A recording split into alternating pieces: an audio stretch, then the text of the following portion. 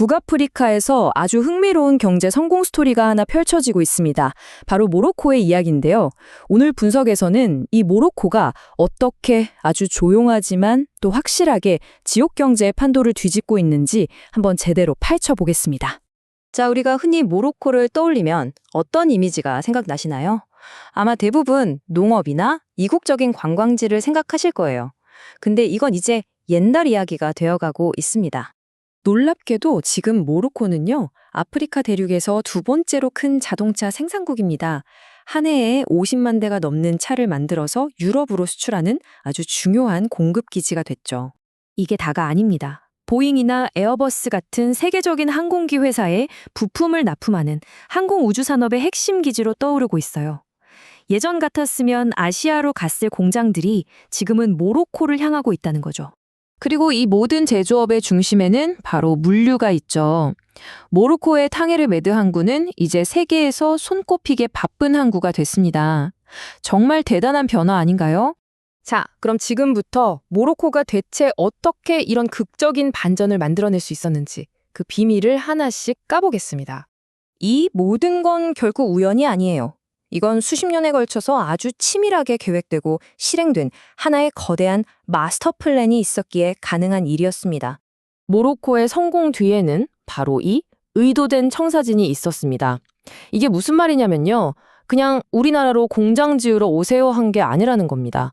정부가 먼저 나서서 글로벌 기업들이 와, 여기 아니면 안 되겠다 싶을 만큼 완벽한 판을 짜준 거죠. 이 타임라인 한번 보세요. 이게 하루아침에 된 게 아닙니다.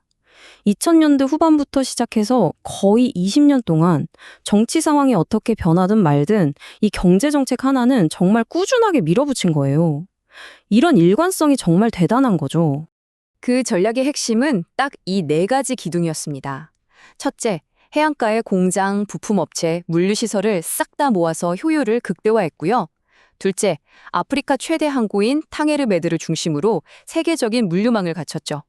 셋째, 전국을 잇는 고속도로와 고속철도에 엄청나게 투자했습니다. 그리고 마지막, 어쩌면 가장 중요한 건데 정치적으로 안정적이고 유럽이랑 미국과는 자유무역 협정까지 맺었으니 글로벌 기업들 입장에선 리스크가 거의 없는 최고의 투자처가 된 겁니다. 여기서 진짜 재미있는 숫자가 나옵니다. 바로 3일. 모로코 탕헤르 메드 항구에서 유럽의 웬만한 주요 항구까지 배송하는데 딱 3일 걸린다는 거예요. 아시아에서 출발하는 거랑은 비교가 안 되는 속도죠. 이 지리적인 이점이 엄청난 무기인 겁니다. 그런데 말이죠. 우리가 지금까지 이야기한 이 공식적인 성공 스토리, 그 이면에는 이 모든 산업 계획을 가능하게 만든 훨씬 더 근본적이고 강력한 힘이 숨어 있습니다. 그 비밀은 바로 인광석이라는 자원입니다. 이게 바로 모로코 경제를 움직이는 진짜 엔진이고요.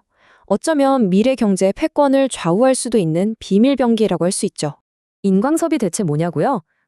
아주 간단히 말해서 우리 생명에 꼭 필요한 원소인 인을 얻을 수 있는 사실상 유일한 원청입니다.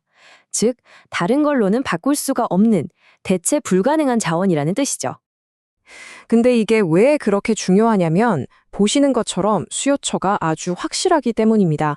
첫째는 전 세계 식량 생산을 떠받치는 비료의 핵심 원료고요. 둘째는 요즘 전기차 시장에서 아주 핫한 LFP 배터리의 필수 소재라는 점입니다. 다시 말해서 인류의 식량 안보와 미래 에너지 전환이라는 두 개의 거대한 흐름을 모두 쥐고 있는 셈이죠. 그리고 바로 이 지점에서 정말 놀라운 사실이 드러납니다. 전 세계에 알려진 인광석 매장량의 무려 70%를 바로 이 모로코가 통제하고 있습니다. 이건 특정 국가가 핵심 전략 자원을 거의 독점하고 있는 상황인 거죠.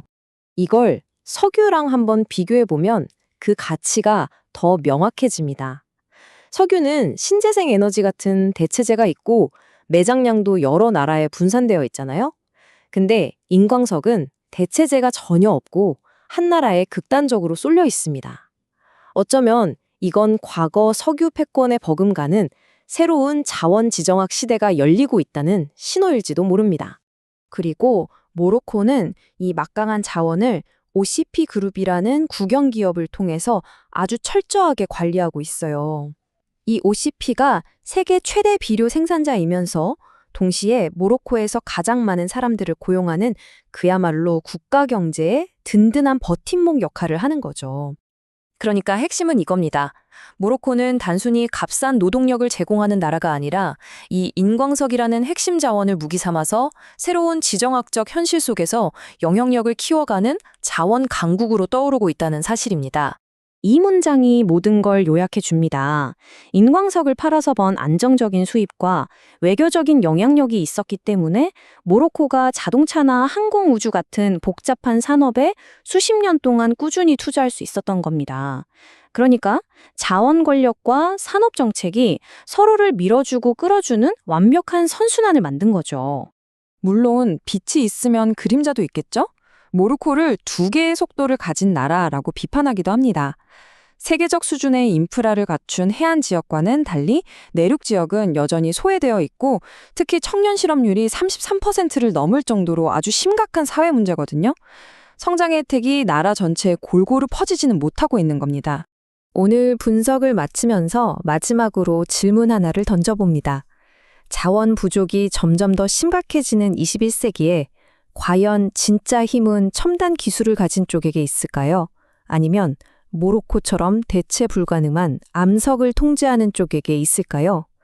앞으로의 글로벌 권력이 어디로 향할지 가늠해 볼 수 있는 아주 중요한 질문이 될 것 같습니다.